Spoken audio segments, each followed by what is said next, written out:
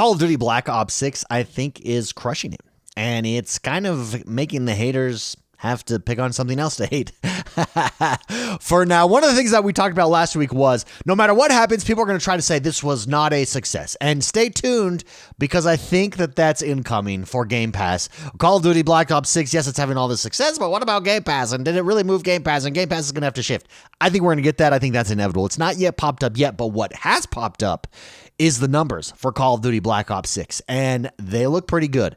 And it looks like it's successful, that Game Pass is not cannibalizing it, that it's succeeding on Game Pass or on Xbox with the sales, on PC with sales, despite it being on Game Pass, that really Game Pass is just a complement to the game overall. And that's why it's a genius strategy. That's why it's going to be hard to beat a subscription-based service because of this, because of the reality of amazing games like Call of Duty. A lot of people are saying this is the best Call of Duty yet. I did jump in to the campaign. I'm just at the very beginning of it, so I'm not willing to give my first impression review of it yet. But everybody that I know that is playing it, everybody that I trust that's playing it, says the same thing. This is the best Call of Duty that we've seen in a while. This is the best. They're having so much fun on Game of the Year for some people on their shortlist for Game of the Year. The other thing that I want to talk about is Dragon Age the Veilguard, because we're starting to get reviews for Dragon Age out, and it's interesting. You have legacy websites, mainstream media websites like IGN, Eurogamer, not just saying that it's good, saying that it's the best of BioWare, that it's the best Dragon Age of all time. Now, I personally, my favorite Dragon Age, and I don't even think it's close, is Dragon Age Origin. And so for them to be saying that, it piques my interest. And I'm like, ooh, maybe I'm going to jump into Dragon Age. Then I go over to YouTube and I look at reviews from YouTubers that I trust. And these are not crazy clickbait YouTubers. These are solid Skill Up, for instance. He's very solid, goes in depth, reviews the game on its merits, and says, no, this game is superficial at best. And there is this divide happening, and it's going to be very interesting to see how it plays out here with Dragon Age the Veilguard. It may be a case that it's just a simple matter of different subjective tastes, that some people think it's really good and some people not. It may also be a case that we're getting divided along political lines here, and we're going to talk about that, and we're going to go over that. I'll give you my thoughts and what you should trust, who you should trust, so on and so forth. But before we jump into it, don't forget to hit that like button and subscribe to this channel. My name is X1 the Gamer. We drop videos right here every single day on this channel. Don't forget to hit like, subscribe. If you're listening on the podcast, please leave us a 5-star review. Please rate, review, and subscribe to us. X1 Daily is my podcast. The link is in the description below. X1 Daily.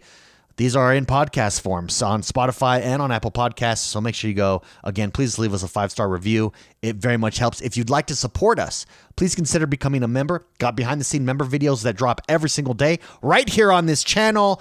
Let's jump into it. This is from Kami. Kami is a influencer in the gaming space. He goes over all kinds of gaming stuff. He's a big From Software kind of guy.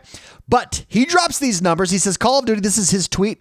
He says, Call of Duty Black Ops 6 peaks at 306,000 plus concurrent players on Steam for its launch weekend. Those numbers are absolutely huge. He says, this is the highest player count in about 2 years since the initial relaunch of Steam in 2022. Black Ops 6 is having a bigger launch than Modern Warfare 3 while also being available on Xbox Game Pass. Why is that a big deal? Let's see. Can we open up the picture here? Let me see. There it is. 306,460 players right now on Steam. Peaked at the 24-hour peak was 306,460. All-time peak 1.5 years ago, or 1.9 years ago, is 491. So almost hitting the all-time peak. Very interesting for Call of Duty. Very interesting for Black Ops. It's a big deal. It's a big deal because it shows that it's a commercial success. And that is good for Xbox. That's good for Microsoft. But that commercial success. So the way that I look at it is these are players on Steam, which means they purchased it through Steam. They're not playing it via Game Pass. That's only going to be a fraction of people playing this game. 306,000 concurrent players, which means Game Pass is the amount that are on Game Pass is going to be in the 30 millions, obviously, of people that just have Game Pass. But the amount of players is going to be huge on Game Pass. And then we also know, just by looking at the numbers, going over and looking at the Microsoft Store, that it's number one on the Microsoft Store right now. So that's people that purchase the game on Xbox so they don't have Game Pass. This is a huge commercial success. I would be willing to bet it's number one. I haven't looked over there, but it's number one over on the PlayStation Store as well. It's a huge commercial success. It's going to be huge on Game Pass. But X1, doesn't that mean that these guys aren't buying Game Pass yet? That they're not subscribed to Game Pass? And what have I said all along? Yes, that does. But you want to know what this is? That's 306,000 on Steam. That just became a Game Pass commercial for you. That's all the people on PlayStation. That just became a Game Pass commercial for you. The next iteration of Call of Duty is going to be huge for Game Pass.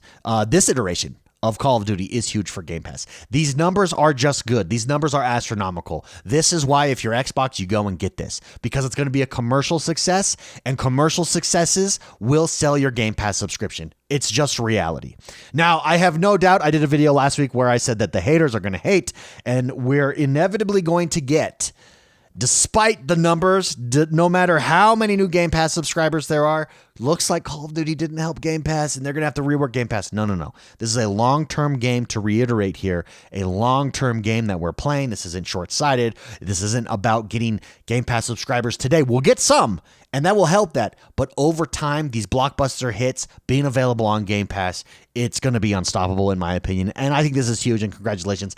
I will say, what I've played so far, absolutely love it. Love how the story is going. Love how it looks. Love how it plays. Love the omnidirection. Feels brand new. I was practicing some freaking dolphin dives. And it feels good. It's smooth. I'm very excited to jump in and really sink my teeth this week into Black Ops 6. I would love to know what you guys think. A couple things. I'd love to know if you're playing this on Game Pass. If you're not, do you think you will be subscribing to Game Pass? And then finally, I'd like to know in the comments, what do you think of it? Is it as I'm saying, is it the best Modern Warfare? Is it the best Call of Duty in a while? I think the resounding sentiment at the moment is that yes, it is. So let's jump over to some Dragon Age news and thoughts here. And Dragon Age right now is... Let me switch. Actually, I'm going to switch over to my tweet here. Dragon Age right now it feels polarizing. There's something fishy because the reviews, it's one thing to have like reviews within a certain spectrum. The reviews seem so wildly different. Like I said, mainstream legacy sites are giving it 90s, 9 out of 10s, 100, saying it's the best of BioWare, saying it's the best Dragon Age to date. Meanwhile, big-time YouTubers, and I'm shouting out Skill Up here. If you haven't followed his channel, go follow his channel. He's a big-time YouTuber, and he got there because he does fantastic reviews. They're logical. They're well thought out. They address the games on their merits. I very much trust him.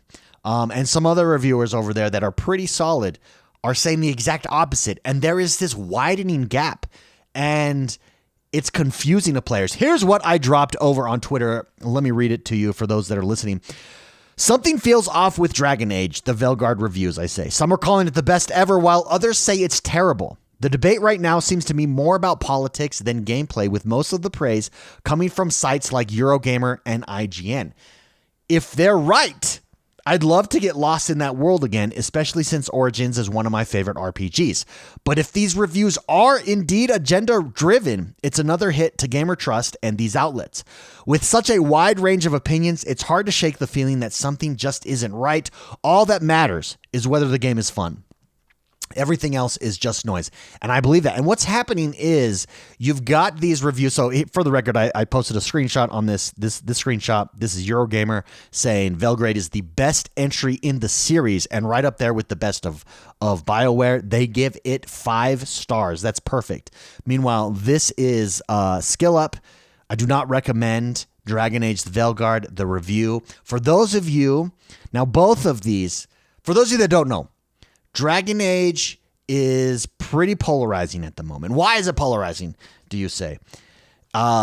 It came under fire because of DEI. The anti-DEI crowd was very much against it, saying, they're forcing these things in there. It looks like this is going to be a hot mess, that they're focusing on message over story, et cetera, et cetera. The pro-DEI crowd, and for the record, I think these two crowds are actually talking past each other. The pro-DEI crowd is kind of digging in their heels and saying, no, this game is awesome. This game is amazing. Screw you. And people are taking their sides, not based, in my opinion, at least from what I'm seeing in the noise around Twitter. I'm not saying that the reviews are doing this. I'm saying that the noise around Twitter, people are digging in their heels on this political statement rather than if the game is just fun or not, which is why I trust I go over to YouTube and I trust people like SkillUp. Here, in fact, here is screenplay of his review right here, or here's video of his review. Go and watch it. What he says at the end, it's a 40-minute review. He goes in depth. What he says at the end is, hey, look, I do these reviews because I enjoy, doing these and bringing you guys the best reviews, the most in-depth reviews possible. Some people are enjoying this game. I encourage you. He says, I encourage you, go watch those who are enjoying this game and see if this game is right for you. It just wasn't for me. It feels very superficial. And I think it's confusing. I think ultimately, so what do? What reviews do you listen to? I think ultimately you just got to play the game yourself. Do two things. Number one, you're going to be the only judge of whether or not a game like Dragon Age is right for you. Number two, if you can't afford to buy the game, for instance, to check it out, and that's a big ask, it's a big risk, I would find some sites or some YouTubers. I think YouTubers, because you can find someone that fits your taste. That's why I like SkillUp. He seems to pretty much agree with my tastes for the most part. I find him to be honest. Find some YouTubers that you trust and then watch their reviews and then determine for yourself whether you think they're being fair or not. My fear here is just that, like Starfield, there became this politicization around Starfield, and you couldn't get a good feel for what the game actually is, because you have people saying it's the best ever, then you have people just review bombing it. I feel like the same is being done here, and my fear here is that these sites, and not all these sites, some of these sites, who I typically find to be, to have really solid reviews as well, trustworthy reviews. Some of these sites are also saying that this is a fantastic entry in the series. The problem is some others that I also trust. Ones that I trust are saying it's great. Ones that I trust are saying it's not great. I don't know who to believe. I've never seen this big of a gap before, outside maybe Starfield, but even Starfield was just clear review bombing. This doesn't feel like that necessarily. So it's kind of tricky to navigate. What I would say here is find someone you trust, check out what they have to say, and then do your own mind. What we will see here is over time, the noise, I think, will settle around Dragon Age, and we'll be able to determine, like, was it just noise? Was it this political divide? Or is it just genuinely subjective difference in taste here? I know for me, I really want Dragon Age to be amazing. I would love for, if what Eurogamer says is correct, it's right up there with the best of BioWare, I'm all over this game. The problem is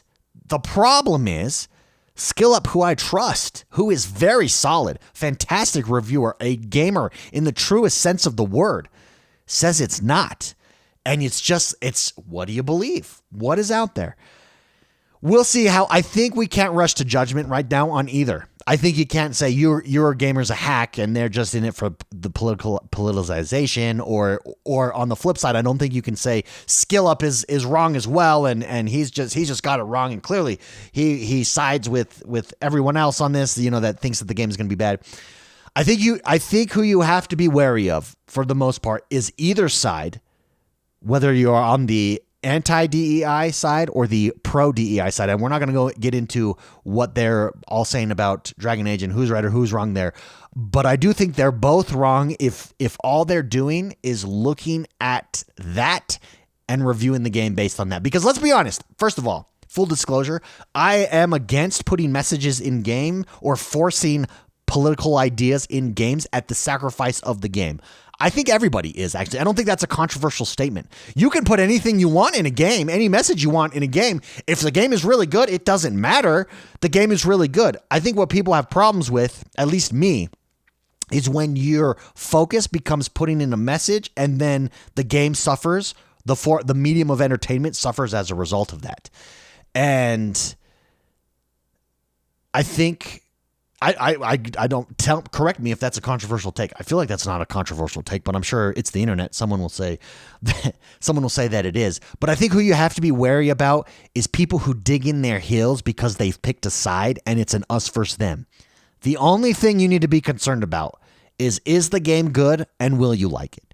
Everything else is just noise, in my opinion. We'll see how this plays out. We'll see how this goes down. We'll see what comes out of this. I will say if these news websites get it wrong and it does turn out to be agenda driven reviews, I think that's not going to be good for the industry. If, however, they're correct and this is one of the best entries from BioWare ever, then yes, we are back. BioWare is back, and I think that's good for the industry. It's tricky. It's a tricky time we live in, everybody. Hopefully that helps you out. I can't take a side until you play the game. Nobody can take a side until you play the game. All that matters is the game fun? Does it immerse you? How does it compare to other Dragon Ages? Does it do it for you? That's all that matters. Let me know where I'm right. Let me know where I'm wrong. Let me know what you think. What do you think is happening here? Do you think that it's just a genuine difference in subjective taste or what people want to see out of a Dragon Age? Do you think that it's agenda driven? Now, I'm sure that it's a little bit of both. I'm sure some are agenda driven, both negative and positive. And I'm sure some are just subjective differences in taste, negative and positive. What I find so hard to navigate, though, is the gap.